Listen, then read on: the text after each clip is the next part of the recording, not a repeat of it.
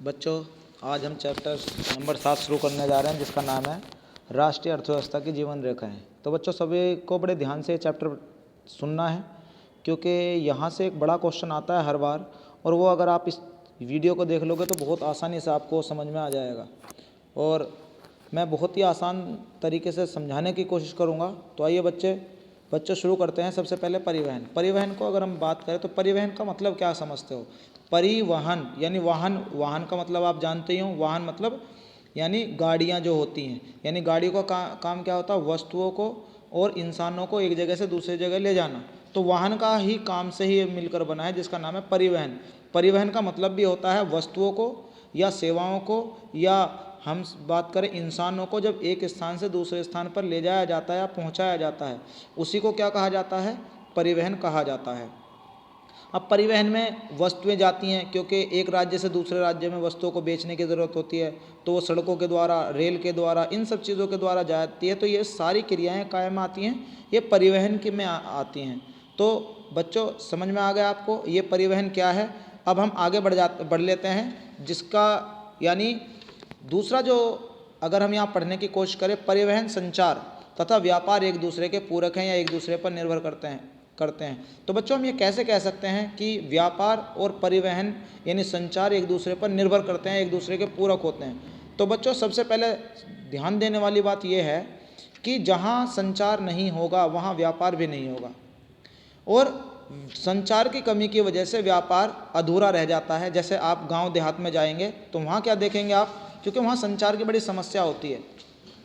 पहले वहाँ सड़कें नहीं होती थी, जिसकी वजह से बड़े बड़े बाजार भी नहीं खुल पाते थे। और शहरों में आप देखोगे तो शहरों के अंदर बहुत बड़े बड़े व्यापार होते हैं, क्योंकि वहाँ संचार की प्रणाली बहुत अच्छी है। वहाँ हम बात करें ट्रक हैं, वहाँ हम बात करें जो एयरपोर्ट्स हैं, वहाँ हम बात करें रेलवे हैं। तो इस आधार पर जहाँ जिस देश के अंदर संचार का जितना ज़्यादा मजबूत होगा, संचार का साधन जितना मजबूत होगा, वहाँ का व्यापार भी उतना ही ज़्यादा अच्छा होगा। तो इस आधार पर हम ये कह सकते हैं कि संचार और व्यापार दोनों एक दूसरे के ऊपर निर्भर करते हैं और दोनों एक दूसरे पर निर्भर हैं। तो बच्चों देखो, ये जो नोट्स आपको मिल रहे हैं सामने, इसको साथ के साथ अपनी कॉपी में लिखते भी जाइएगा, क्योंकि यही नोट्स आपको पेपर के अंदर बहुत काम आने वाले हैं। जैसे हमने ये जो नोट्स बना रखा, कुछ समय पहले परिवहन की सुविधा बहुत सीमित स्थानों पर थी, जैसे कि कलकत्ता, मुंबई, इन्हीं क्षेत्रों में बड़े बड़े व्यापारिक केंद्र स्थापित हुए। उसके बाद दूसरा पॉइंट जो है इसमें, विज्ञान और प्रौद्योगिकी के विकास से व्यापार और ज़्यादा सरल हो गया है।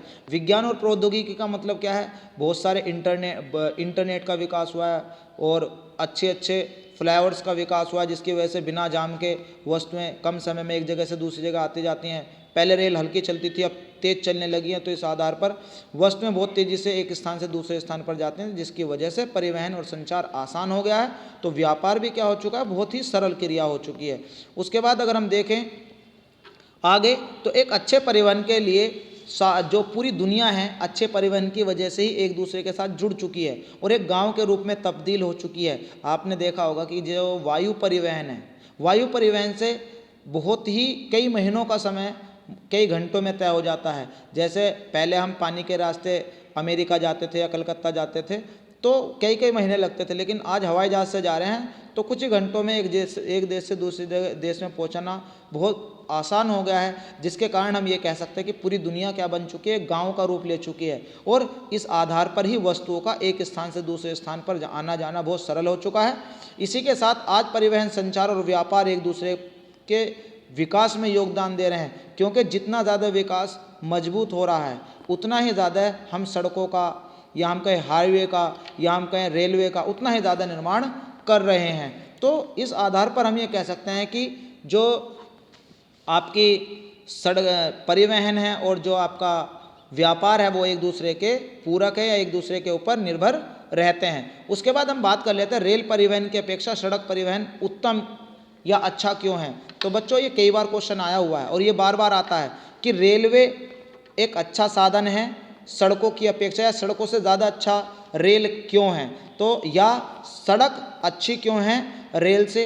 तो कोई भी आ जाए, आपको सिर्फ उसकी अच्छाइयों के बारे में बताना है कि उसकी क्या क्या अच्छाई हैं। तो यहाँ एक ये क्वेश्चन है, ये प्रश्न है कि रेल परिवहन की अपेक्षा सड़क परिवहन ज़्यादा अच्छा है। तो आप जानते हैं रेल, अगर हमें दूर तक का सफ़र तय करना है तो रेल से बहुत आसानी से हम तय कर सकते हैं, क्योंकि सड़कों से जाने में बहुत थकान महसूस होती है या लंबा समय तय करना सड़कों से थोड़ा सा कठिन होता है। तो रेलवे परिवहन से हम आसानी से एक जगह से दूसरी जगह जा सकते हैं। दूसरी बात यह है कि एक साथ रेल हजारों लोगों को साथ एक स्थान से दूसरे स्थान पर लेकर जा सकती है। जो वस्तुएं हैं, वस्तुओं को रेल परिवहन के द्वारा ले जाना बहुत आसान है। तीसरा, रेल परिवहन के अंदर जो हमारा टिकट लगता है या जो उसका खर्चा होता है वो बहुत ही आसान हो जाता है। तो ये सारे के सारे जो हैं, ये हम ये कह सकते हैं कि रेल परिवहन जो है वो ज़्यादा अच्छा है सड़क परिवहन की अपेक्षा। अगर ये आता है कि सड़क परिवहन ज़्यादा अच्छा है रेलवे की अपेक्षा, तो इसका मतलब क्या है कि जो सड़क है, घर से घर तक की दूरी तय करना, मान लो आप स्कूल में हो और आपको घर जाना है, तो काहे से जाओगे, सड़कों से या रेल से? तो आपको काहे से जाना पड़ेगा, सड़कों से ही जाना पड़ेगा। आपको यहाँ रेल लेने के लिए रेल नहीं आएगी। या आपको बाजार जाना है सामान खरीदने, तो काहे से जाओगे, सड़कों से। तो सड़क जो है ज़्यादातर लोगों के द्वारा प्रयोग किया जाता है, और छोटी छोटी दूरियों को जो प्रयोग करने के लिए हम सड़कों का प्रयोग करते हैं। दूसरी बात यह, रेल को बनाने में, रेल का निर्माण करने में बहुत पैसा, बहुत पूंजी चाहिए, लेकिन सड़कों को बनाने में ज़्यादा पूंजी की आवश्यकता नहीं है। तीसरी बात ये होती है कि जो सड़कें हैं वो कहीं भी हम बना सकते हैं, चाहे वो हम कहें पहाड़ियों में या हम कहें मैदानों में, ऊबड़ खाबड़ जगह पर, लेकिन ऐसी जगह पर रेलवे का निर्माण करना बड़ा ही असंभव है। क्यों? क्योंकि कभी पहाड़ी ऊपर की तरफ जाती है, कभी नीचे की तरफ जाती है, कभी ऊबड़ खाबड़ होता है, तो वहाँ रेल की पटरियों को बिछाना बहुत ही दुर्गम काम है, बहुत ही मुश्किल का काम है। इसीलिए हम ये कह सकते हैं कि जो सड़क परिवहन है वो रेल परिवहन से ज़्यादा अच्छा है। तो बच्चों, मैंने आपको दोनों ही चीज़ें एक्सप्लेन कर दी है। किसी भी तरह का क्वेश्चन आता है आपको उसी की अच्छाइयाँ बता देनी है। तो अब हम उससे आगे चलते हैं। जो आगे इसमें अगर हम बात करें तो ये सारी बातें हमने देख ली हैं कि किस तरह से सड़क अच्छी है। अब हम सड़कों के प्रकारों की बात करते हैं कि भारत सरकार ने सड़कों को उनकी सुविधाओं के आधार पर अलग अलग भागों में बांटा है। जैसे अगर हम बात करें, सबसे पहला है, जो हम बात करें राष्ट्रीय राजमार्ग, यानी राष्ट्रीय राजमार्ग की बात करें तो राष्ट्रीय राजमार्ग होता क्या है? राष्ट्रीय राजमार्ग का मतलब होता है ये एक देश के, यानी देश के एक राज्य को दूसरे राज्य से क्या करता है, जोड़ने का काम करता है। जैसे दिल्ली से पंजाब हमें जाना है तो वहाँ का जो हाईवे होगा वो क्या होगा, राष्ट्रीय राजमार्ग होगा। या हमने देखा एक स्वर्णिम चतुर्भुज योजना है जिसके अंदर दिल्ली, चेन्नई, कलकत्ता और ये चारों के चारों जो राज्य हैं, महामार्ग हैं, ये एक दूसरे से जुड़े हुए हैं, जो पूरे देश को जोड़ने का काम करते हैं। तो इन्हीं को क्या कहा जाता है, राष्ट्रीय महामार्ग के नाम से जाना जाता है। अब इनका जो रखरखाव है वो भी केंद्र सरकार का एक संस्था है जिसका नाम है CPWD, यानी C माने केंद्रीय, जो P का मतलब होता है यानी पब्लिक, यानी जो लोक निर्माण, वेलफेयर का मतलब होता है एक तरह से अच्छा काम करना, और डिपार्टमेंट मतलब विभाग, यानी केंद्रीय लोक निर्माण विभाग जो है ये इन राष्ट्रीय राजमार्गों की देखरेख करने का काम करता है। ऐसे ही जैसे मैंने आपको ये बताया, दिल्ली से अमृतसर जाने वाला जो मार्ग है उसी को हम एक राष्ट्रीय राजमार्ग के रूप में देखते हैं। उसके बाद हम बात कर लेते हैं आगे, एक होता है राज्य मार्ग। राज्य मार्ग की अगर हम बात करें तो राज्य मार्ग किसे कहा जाता है, या हम ये देखते हैं, इसमें है राज्य मार्ग का मतलब जो एक राज्य की राजधानियों को जोड़ता है दूसरे राज्यों की राजधानियों से। जैसे मान लो हम रहते हैं उत्तर प्रदेश में, अब उत्तर प्रदेश में एक गाजियाबाद है और उत्तर प्रदेश की जो राजधानी है वो क्या है, वो है आपकी लखनऊ। अब लखनऊ और गाजियाबाद को जो जोड़ने वाला मार्ग है वो कौन सा मार्ग है, वो राज्य महामार्ग है। ऐसे ही हर राज्य की एक राजधानी है और जो राज्य के अलग अलग भाग हैं वो उनकी राजधानियों से जुड़ते हैं, इसीलिए इसको राज्य मार्ग का नाम दिया जाता है। तो जैसे कि हम जानते हैं कि ये जो राज्य महामार्ग है, तो राज्य महामार्ग जो है उसकी जो देखरेख करता है वो राज्य की एक संस्था है जिसका नाम है PWD, जिसकी देखरेख वो करता है। तो बच्चों, अब हम तीसरे तरह की सड़क की तरफ बढ़ते हैं जिसका नाम है जिला मार्ग, या हम कहें जिला मार्ग या हम कहें जिले की सड़कें। अब देखिए जिला मार्ग या हम जिले की सड़कों की बात करें तो उसमें कौन कौन सी सड़कें आती हैं। ये होती हैं जैसे कि सड़कें जो प्रशासनिक अधिकारियों के केंद्रों को जोड़ती हैं। मान लो हम जो है मुस्तफ़ाबाद में रहते हैं या हम यमुना विहार में रहते हैं और हमारा जो काम है वो जो होता है वो नंदनगरी कोर्ट से होता है, तो कुछ सड़कें ऐसी हैं जो सीधे मुस्तफ़ाबाद से नंदनगरी कोर्ट तक जाती हैं, क्योंकि हमारे डीएम एसडीएम जो हैं ज़्यादातर वहीं बैठते हैं। तो इन सड़कों को जो जोड़ा जाता है, जिन सड़कों से जोड़ते हैं उन्हें हम क्या कहते हैं, जिला मार्ग बोलते हैं। और जिला मार्ग की जो सड़कों का निर्माण है उसका काम है, जिला परिषद का काम है इन सड़कों को देख रेख करना और इनका जो है इन्हें सुधार करना। एक अगले प्रकार की सड़कें होती हैं जिनका नाम है ग्रामीण सड़कें। नाम से ही आपको पता चल गया होगा, ग्रामीण सड़कों का मतलब होता है गांवों को जोड़ने वाली, या हम गांवों को कस्बों से या शहरों से जोड़ने वाली जो सड़कें होती हैं उन्हें हम ग्रामीण सड़कों के नाम से जाना जाता है। जैसे हम कहें करावल नगर गांव है, और करावल नगर गांव को अगर हम किसी शहर से जोड़ते हैं, कश्मीरी गेट से जोड़ देते हैं या हम कहें शाहदरा से जोड़ देते हैं, तो जो गांवों को शहर से जोड़ती हैं सड़कें उनको कहा जाता है ग्रामीण सड़कें। इनका जो रखरखाव है वो जो प्रधानमंत्री ग्राम विकास योजना जो तहत होता है उनका काम है इनको सुधारना और इनकी देखरेख करना। उसके बाद बच्चों अब हम अगले सड़क की तरफ चढ़ते हैं जिसका नाम है सीमांत सड़कें। नाम से ही पता चल रहा होगा, सीमांत मतलब जैसे भारत और चीन की सीमा, भारत और पाकिस्तान की सीमा, इन सीमाओं पर सड़कें बनी होती हैं जहाँ से हमारे जो सैनिक हैं अपने सामान को ले जा सके, खाने पीने की वस्तुओं को ले जा सकें, युद्ध का सामान ले जा सके। तो जो ये सड़कें होती हैं जो हमारी सीमाओं पर बनी होती हैं, एक देश से दूसरे देश की सीमाओं पर बनी होती हैं, इन्हीं को क्या बोलते हैं, सीमांत सड़कें कहा जाता है।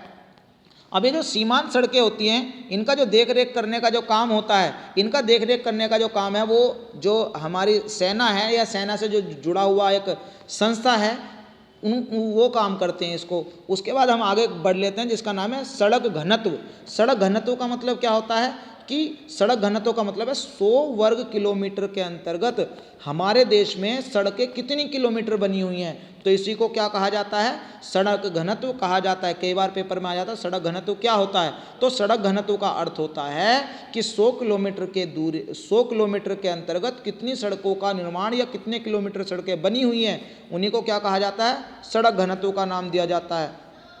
एक नंबर का कई बार क्वेश्चन ये भी आ जाता है कि हमारे देश में सबसे कम सड़क घनत्व कहाँ है, किस राज्य में है, तो जो सबसे कम सड़क घनत्व है वो है जम्मू कश्मीर के अंदर है, क्योंकि आप जानते हैं क्यों है, क्योंकि वहाँ बर्फ़ रहती है या ऊबड़ खाबड़ या पहाड़ियों वाला क्षेत्र है, इसीलिए सबसे कम जो सड़क घनत्व है वो जम्मू कश्मीर में। एक नंबर का क्वेश्चन ये कई बार आ जाता है।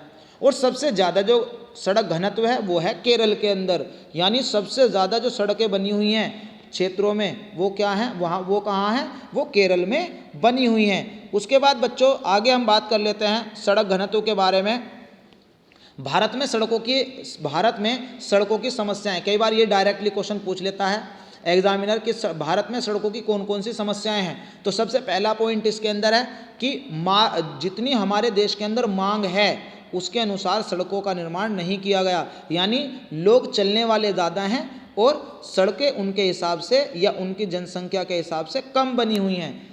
दूसरा है बारिश के मौसम में आप जानते हैं सड़कें ख़राब हो जाती हैं, गड्ढे हो जाते हैं, सड़कें टूट जाती हैं, तो अच्छी गुणवत्ता वाली जो सड़कें हैं वो नहीं हैं। बारिश के मौसम में जाम बहुत ज़्यादा लग जाते हैं या पानी ज़्यादा भर जाते हैं। तीसरी जो सड़कों की समस्या है वो है सड़कों पर जाम का लगना, यानी सड़कों के ऊपर बहुत जाम रहता है, कई बार मिनटों का जो सफ़र है कई घंटों में तय होता है, और ये सारी की सारी समस्याएं हैं। उसके बाद सड़कें बहुत छोटी हैं और ख़राब गुणवत्ता वाली हैं, बहुत जल्दी जल्दी टूटती रहती हैं, छोटी छोटी हैं सड़कें बनी हुई हैं। उसके बाद पुल और पुलिया, आपने देखा होगा पुलिया जो फ्लाईओवर है, छोटी सी पुलिया, उसके नीचे से हम निकल जाते हैं, वो भी बहुत छोटी और पुरानी गुणवत्ता वाली जो पुलिये बनी हुई हैं। तो इस तरह से हमने देखा कि भारत के अंदर ये सड़कों की समस्याएं हैं। उसके बाद हम आगे बात कर लेते हैं रेल परिवहन की। अगर हम रेल परिवहन की बात करें तो आप जानते हैं कि भारत के अंदर सबसे ज़्यादा व्यक्तियों को यानी इंसानों को और वस्तुओं को एक स्थान से दूसरे स्थान पर जो ले जाने का काम करती है